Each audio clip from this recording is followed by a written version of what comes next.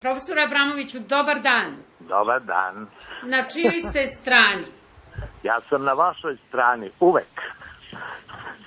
To je divno čuti i veoma lepo znati. Da.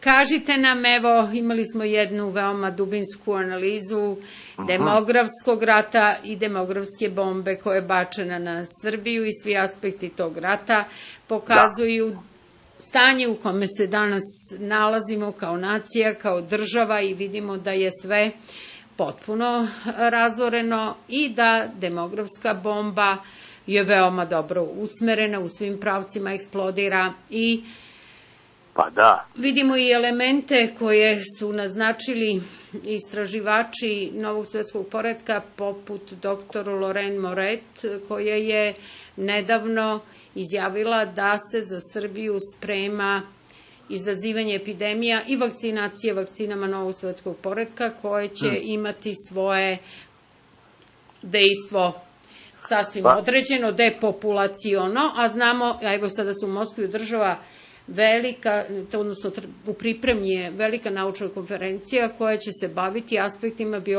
upotrebe tifusa u svrhe biološkog rata u Prvom svetskom ratu u Srbiji.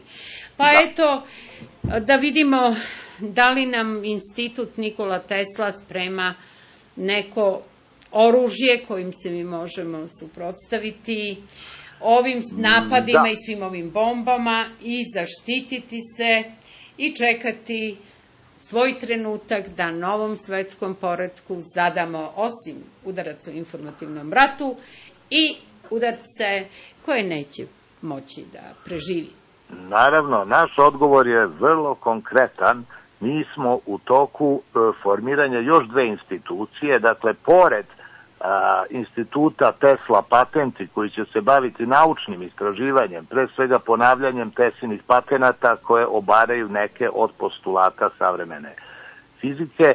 Zatim, drugi institut će biti institut za svest i vrlo zanimljivo sagrađen u razmerama Keopsove piramide, koji će, dakle, istraživati generičku osobinu svesti. Jer naša svest proizvodi u prostoru i u masi određene efekte. Dakle, ta veza nas interesuje, svest je još uvek nedefinisana kao i duša i u psihologiji i u neuronaukama i mislim da ćemo tu moći dati jedan ogroman doprinos. Naravno, doći će tu i drugi koji se bave svešću osim naših naučnika, a to je jedan broj ruskih naučnika i takođe iz Instituta za svest koji je osnovao Bernard Crick u Pasadeni. Bernard Crick i Watson, njih dvojica su otkrili dvostruku spiralu DNK. Treća institucija će biti Slobodni univerzitet Srbije, gde će ljudi koji dugo, a potpuno ilegalno u odnosu na savremenu naučnu zajednicu proučavaju određene discipline, određene tajne prirode, kao što su sveta generička matematika, posebno zlatni presek, kao što je helio, odnosno solarna meteorologija, kao što je veza vedante i eksperimentalne fizike, posebno Tesline tehnologije, biti u mogućnosti da izlože svoje učenja na univerzitetski način. Dakle, naš odgovor na sve to je vrlo konkretan i mi pomoću institucija i na nivou ideja borimo se protiv onoga što, koliko sam ja čuo, je u stvari platio sam Rothschild, jer ova najezda ljudi na Evropu, prvo ovaj deo koji kod nas dolazi prima po 3.000 evra, a ovi koji dolaze iz Libije u Italiju po 11.000 evra, tako da je sve to finansirano. Centar za finansiranje, dakle firma koja to radi je u Švajcarskoj, ona je deo jedne engleske firme, kao pa deo Barclays banke koja je u većinskom vlasniku Rothschilda. Dakle, to je direktno... Koje banke ste rekli, profesore, nisam dobro čula? Barclays banke, engleske Barclays banke. Barclays. Jeste, to je ogromna banka engleska. U vlasništvu Rothschilda? U vlasništvu Rothschilda već stotinama godina.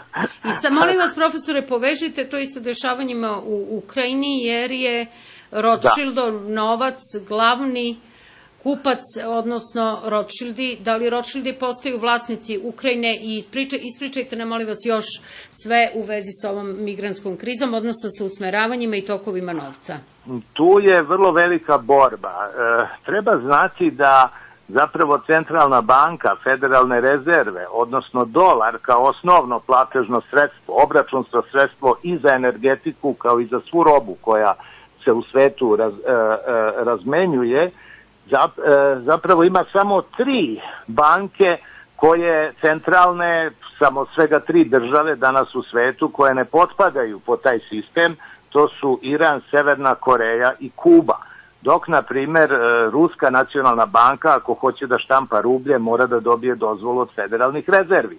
To je ono što mnogi ljudi ne znaju, jer čak u doba Staljina postojala su dva ekonomista. Jedan se zvao Aleksandrov, drugi Kondratijev.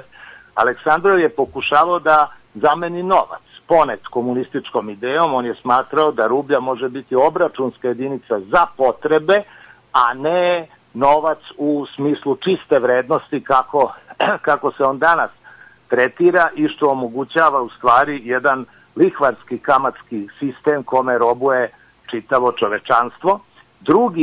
Drugi je bio, i on je završio u logoru, odmah da kažem, Aleksandrov, a njegovi spisi danas se nalaze i mogu se dobiti na uvid u Petrogradu, u muzeju istorije Sovjetskog saveza.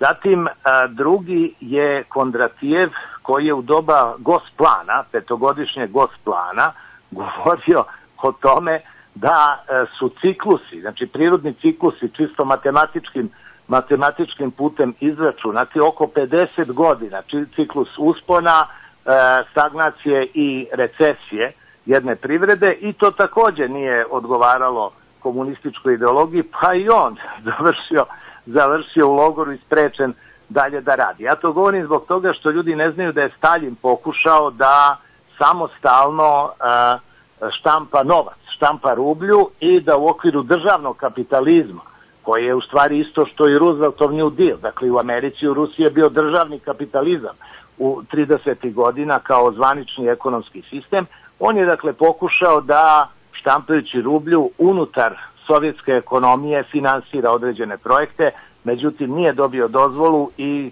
direktor centralne banke ruske je morao biti smenjen, koji je to predložio u stvari, također za račun generalisimusa. Prema tome, treba da smo svesni da je svetski sistem zasnovan u suštini na kamatarenju. Naprimjer, 70% engleske privrede ide od kamatarenja. Praktično niko ništa ne radi, nego samo vi na osnovu prosto prava jačega ulazite u taj ekonomski odnos da stalno plaćate kamatu i kamatu na kamatu, što je čista spekulativna operacija, jer u suštini vi kad dođete u banku, vi zalažete svoju kuću, svoju zemlju, robu, da biste dobili kredit na koji plaćate kamatu. Dakle, vi dajete realnu vrednost, a banka vama daje cifre na papiru. Radi se o psihološkom pristanku jako velikog broja ljudi na takvu vrstu odnosa. Naime, u jednoj zemlji otprilike u odnosu na kreditni novac, takozvani žiralni novac, svega 5% je realno štampanih novčanica. Dakle, na svakih 100 miliona dinara vi imate svega 5 miliona realnih dinara.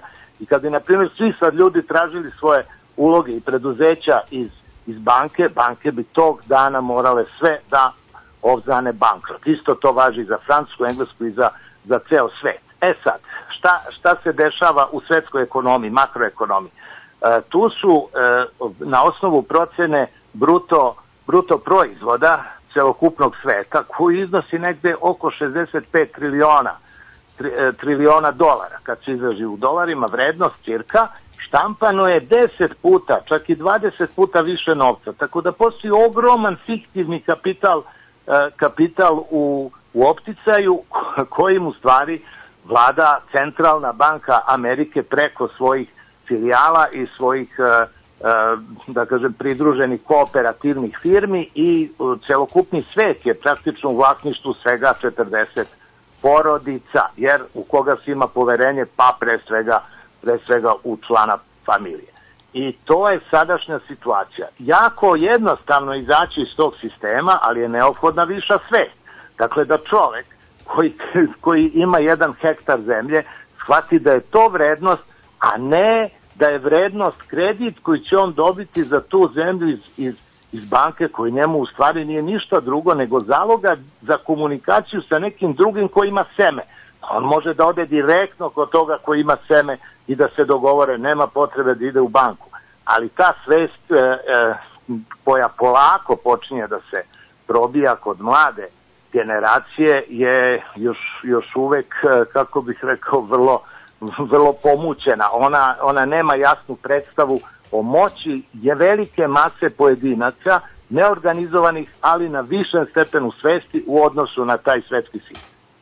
Profesore, da li biste se, molim vas, vratili, čini mi se da sam vas prekinula u trenutku kad ste upisivali soroševski vođeni novac i mesto i ulogu Soroša u ovom pokretanju ove migrantske bombe, jer očevidno se radi o tome, o vrsti rata, a kada imate 7 milijardi ljudi i mnogo para, veoma lako ćete milionima uspeti da ih usmeravate i platite da odu negde gde će vas naročito... To je plaćena vojna operacija u stvari, napada migranata na Evropu, ali takozvanim neoružanim sredstvima, tako da je vrlo teško Evropi sa svojim zakonima o azilima i svemu da se od toga odbrani drugčije nego silom, a tog trenutka ona ruši mit o sebi. Dakle, nema demokracije. Ali, profesore, zahvaljujući tim zakonima, oni su Srbiju sada, samo nekoliko sekundi nakon što nas je Britanija zasipala rezolucijama o genocidnosti, proglasili za jedinu sigurnu treću zemlju, i to je neverovatno. I naravno, mi smo prinuđeni, odnosno ne prinuđeni, već i njihovi poslanici koji izigravaju nekakva, kako bih rekla, nekakve uloge, pozicije u Srbiji, političke i druge, rade zdušno na tome da se njima svima da ovde azilantski, odnosno se upišu među migrante, da im se da taj status, i onda se oni, takvi su zakoni su toliko podli, oni nadmašuju sve što je viđeno, sve nemačke zakone, jednostavno svojom podlošću, a od 90. godine se donose, tako da se vidi da su ovo dalekosežni planovi. Znači, Srbija je predviđena za mesto koje će postati islamski kalifat, u to nema nikakve sumnje. I sve su znaci da se to... Nego recite nam kako Soros kako Rothschild to radi i odakle dolaze pare, kako se usmeravaju migranti i koji je krajnji cilj ove operacije? Soros u stvari je, da kažem, uži pojam Rothschildovog plana. Odnosno, on je deo jednog šireg sistema manipulacije ljudima preko kapitala i u stvari direktne akcije planira ipak Rothschild. I to naravno ne sam, jer Soros je zapravo dobio inside informaciju, unutrašnju informaciju o padu funte i onda je za jednu noć na takozvanim put opcijama na svetskoj berzi, to je u stvari trgovina valutama na prvom spratu njujorške berze, on je dobio odjednom ogroman kapital uz obavezu da taj kapital politički usmerava. Ono što želim da istaknem, to je da bez obzira na sve, naš gen je dominantan u svakom ukrštanju. Dakle, svi koji budu narodi došli ovde, bilo ih je već 17 u istoriji, oni će ipak imati dominantni gen vinčanske kulture. To je nešto na šta svetska vlada ne može da utiče. To je, dakle, ono o čemu govori predsjednik američkih genetičara, dr. Kljosov, koji je vršio ta ispitivanja. Mi treba da smo svesni da smo mi u stvari genetski zaštićeni od svih tih najezdi unapred, ali naravno postoje socijalne, ekonomske i političke teškoće. Naš narod ne bi trebalo da pristaje na odluke vlade. Dovoljno je da u sebi ne pristane i da ne izađe na izbore koji mu se nude, da ne bi, ali masovno da ne izađe na izbore. Tog trenutka počinje razgovor na drugom nivou o pravoj promeni sistema upravljanja ovde i onda bismo mi morali da formiramo neku vrstu svoje intelektualne, ezoterijske, elitne vlade koja bi te pregovore mogla da vodi iznad nivoa trilateralne komisije, Bilderberg grupe i ostalih izvršitelja u stvari i tajnih planova. Eto, to je ono što mi možemo ovde da uradimo, u tom smislu ja već stvaram institucije novoga društva, a ono što je sledeće, to je poljoprivredno povezivanje, znači povezivanje zemlje i naročito obrazovanje predškolske dece. Dnevni sistem se formira do 6. godine. Dakle, to je potpuno slobodna zona za rad. Mi, ako imamo predškolske ustanove, to je nama dovoljno. Nama ne trebaju univerziteti, jer to je nešto, da kažem, ekskluzivno i ne može da deluje na masovnom planu tako brzo. I u stvari, mislim, praktično je spremne su sve institucije novoga društva. Ja mislim samo da treba ljudi da to podrže i da prihvate. Da, profesore, da li ćemo biti kao Arhimed koji će braniti svoje krugove? Znate šta je s Arhimedom? On je ipak bio vojni inženjer i pomoću njegovih, on se, da kažem, zaneo i on je dozvolio da vojska finansira njegove eksperimente za ubijanje ljudi, za paljenje fokusnim ogledalima rimskih brodova i tako dalje. Na neki način on je tu stekao zlu karmu. Umesto toga on je trebao da se izdvoji svega i da bude čisti naučnik. Tako da imam na njega primedbu, na Arhimeda. Kažite, profesore, evo, samo da vidim, pita slušalac Drago Šubara, šta mislite o ovolikom broju naših ljudi koji naprasno oboljevaju i umiru u Hagu i ostalim zatvorima po Evropi? To je teško poverovati da je slučajno, da li je u pitanju, dakle, upotreba oružja? Da. Pa nema nikakve sumnje da su to likvidirani ljudi. Mislim, na ovaj ili onaj način, pa se to čak nije u pitanju ni direktna fizička likvidacija. Dovoljno je da vam se stvore mentalni uslovi u kojima vi više ne možete da preživite. I tog trenutka javljaju se, da kažem, psihosomatske bolesti smrtnog karaktera, jer ljudi ne mogu da prihvate više tu stvarnost koja im se nudi. Drugo, oni sebi užasno prebacuju. Evo, recimo, general Mile Mrkšić, on je 2 meseca pre Oluje i pre nego što je isteran narod iz Knina, on je napravio veliku paradu. Ja sam gledao te fotografije. Gde su žene stare ljubile rakete i tenkove, nema ni jedna cev koja nije bila puna cveća. On je dakle slagao taj narod i posle toga izveo vojsku. Pa naravno da mu nije više bilo lako posle toga. Hoću da kažem, čovjek mora zaista da živi u skladu sa kosmičkim poretkom. Evo, pita vas Nenad Milojković, da li možete da objasnite 81. godinu i zeleni plan?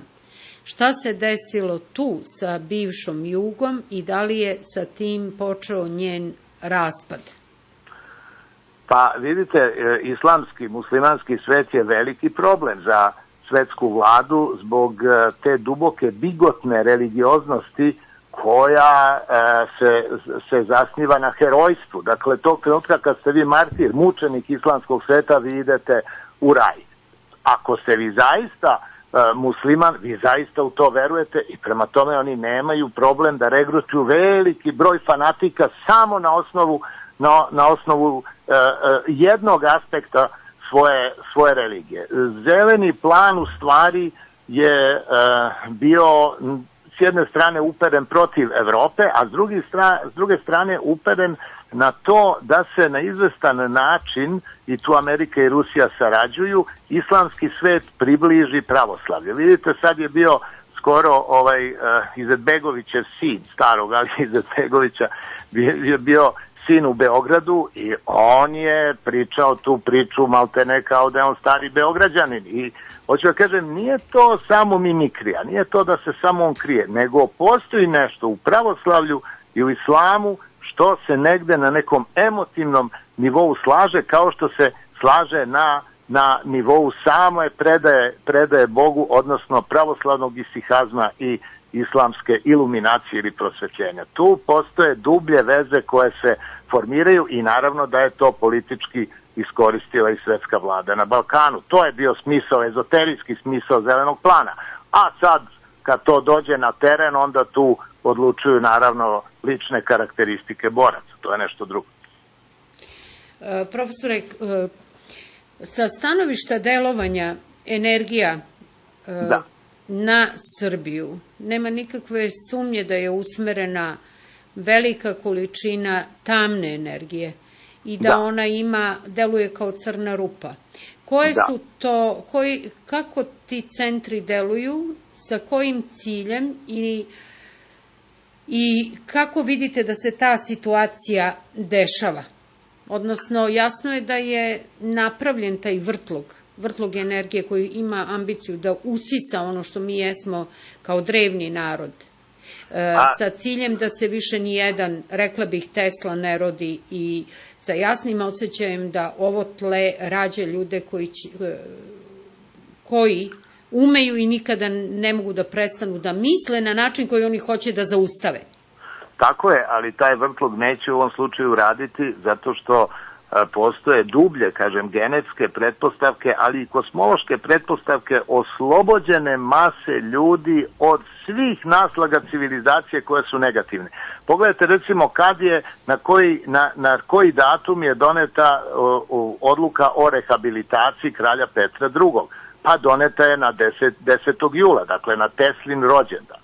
To je sad početak jedne vrlo ozbiljne priče o tome šta hoće oni negativno, šta će se ovde desiti pozitivno nezavisno od namera svetske vlade, a čega smo mi svesni u odnosu na ono što se dešava. Ja mislim da mi treba pre svega da imamo jedan institut za samouvid, za samoproučavanje sopstvene situacije. Jer ima jako mnogo kritike i jako mnogo lekova se preporučuje, posebno ekonomskih i političkih, a u suštini mi nemamo pravu dijagnozu. I moramo da imamo dijagnozu ovoga stanja, a ta dijagnoza je toliko duboka i toliko fantastična da, verujte mi, prevazilazi i samu Žila Verna u njegovim predviđanjima. To je najvažnije, profesore, što sam čula, čini mi se čak i značajnije od vremeplova. Kada će to početi da radi? Znači, taj institut za samouvid, jer očevidno nam je ta istina najpotrebnija. Kada će to početi? Da li ćemo direktno to realizovati pred slušalcima Inforatnika? Ja ću to pomoći svim sredstvima, ali to nije moja misija na zemlji. Moja misija ovde je ontologija, matematika i fizika vremena. Ali je neophodno, to vidim, da u istorijskom smislu, zatim u kriptopolitičkom, dakle u metafizičko-političkom smislu mi shvatimo ko smo u stvari. Od nas je sve to skriveno, uključujući ovaj period komunizma koji je ljude anestezirao u stvari, koji ih je potpuno razoružao u smislu borbe na planu ideja, što je najosnovnije. Mi imamo pogrešno vaspitanje, mi ne učimo decu u stvari da se idejama suprotstave zlu, nego i im govorimo da je najbolje da se priklone. I to je, da kažem, rezultat vaspitanja ova vlada koju mi danas imamo, koja sve živo potpisuje bez nikakvog razmišljanja. A kako smo, profesore, stvarno došli u tu poziciju da imamo toliko ljudi među Srbima koji su spremni da rade ovakve stvari? Ili smo uvek imali, kao poput komunista koji su ubijali najbolje i besomučno? O tome se i radi, pa ovde su sprovođene dva genocida nad Srbima imate u 20. veku. Jedan je u Prvom svetskom ratu koji je prikazan kao pobeda. U stvari tad je Srbija izgubila državu, Crna Gora izgubila državu, ušli smo u jednu provizornu zajednicu, jedan politički privid, Kraljevina SHS i Kraljevina Jugoslavije koji se raspao. Ubijen je srpski kralj, čije krunisanje se krije. Pa gde ste vi videli krunisanje kralja Aleksandra kao hrvatskog i slovenačkog i makedonskog ili ne znam šta kralja crnogorskog? Nigde. Sve se to krije. Hoću da kažem, drugi genocid je bio kada je Crvena armija omogućila Titu da likvidira 150.000 Srba.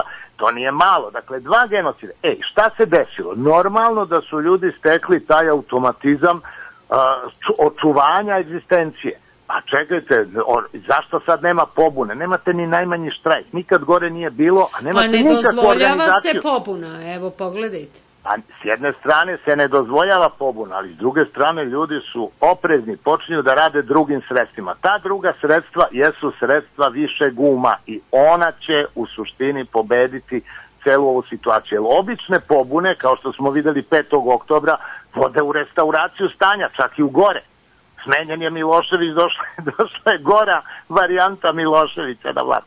Dakle, tu je ceo problem. Mi moramo metafizički da delujemo kao i drugi narodi koji odlučuju o nama. Dakle, mi moramo imati metafiziku iznad njihove. Ali moramo znati, evo i to je poslednje pitanje, naš inforatnik Vedran Grbin ima već određene reakcije koje ukazuju da smo malo odužili. Evo, ne mi, nego ja. Vi ste kratko tu, verovatno, sigurno ne misli na vas. Evo, sad ćemo samo suštinski. Evo, hvala, zahvaljuje nam se Mićo, ali ima jedno pitanje za vas. Dobro. Ako znamo da smo što milom, što silom bili zaluđeni i potčinjeni apsolutističkoj volji pojedinaca na vlasti, počev od Tita, Miloševića, danas Vučića, dajte nam dijagnozu naše opšte bolesti i ako možete odgovoriti da li smo mi kao narod normalni. Mi smo nadnormalni. Eto, to je moj odgovor direktno. Zapravo, mi u ovom trenutku imamo mesijansku ulogu u svetu, za koju nam je potrebna nadsvest, razvijena nadsvest. Zato ja pravim ovu vrstu institucija, ne pravim političku partiju kao što rade gospodin Lučić i Domazet i ostali, a to je besmisleno. Tu ulazite u varijantu igre, tu ste plaćeni od države direktno. Ne to, nego sa privatnim licima više svesti i karaktera koji je neumoljiv u odnosu na bilo kakvo potkupljivanje, pravimo, dakle, Slobodni univerzitet Srbije, Institut za svest, Institut Tesla patenti za etarsku fiziku i tehnologiju, koji će biti jedini takav u svetu, dakle, ovde će dolaziti ceo svet. I odmah da vam kažem, za tu metafizičku svoju ideju, ja sam našao finansijere, pa sam se začudio koliko odjednom ima para za pametnu ideju. Znači, profesore, sada ste i bogati. Pa, bogata ideja. Ja nemam ništa, naravno, mi smo svi monasi jedne nove religije, naučne religije. Hvala vam puno na učestvovanju u Inforatnicima protiv novog svetskog poretka.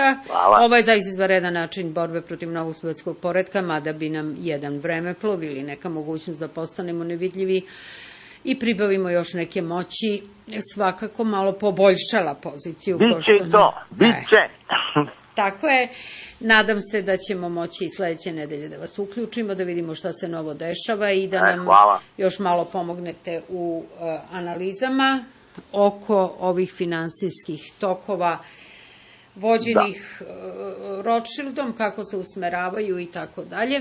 Hvala vam puno za danas. Evo, hvala svima vama što nas slušate, molim vas podržite naš rad, finansijska podrška je neophodna. Evo kako kaže profesor, to je finansijska podrška ideji, a u ovom slučaju Inforatu, jer Inforat je 90% savremenog ratovanja. Naravno, mi smo dobili, ja bih rekla profesore, ovaj Inforat, jer smo razbili laži. Da, pa gotovo je, pa da. Sad ostaje da pobedimo i da ljudi koji su zombirani u ove ekrane svuda postavljene, zvučnike i tako dalje, da se otrgnu i osete damare nečeg boljeg, lepšeg i savršenijeg. Za svest, za svetlost, za novu civilizaciju Teslijana.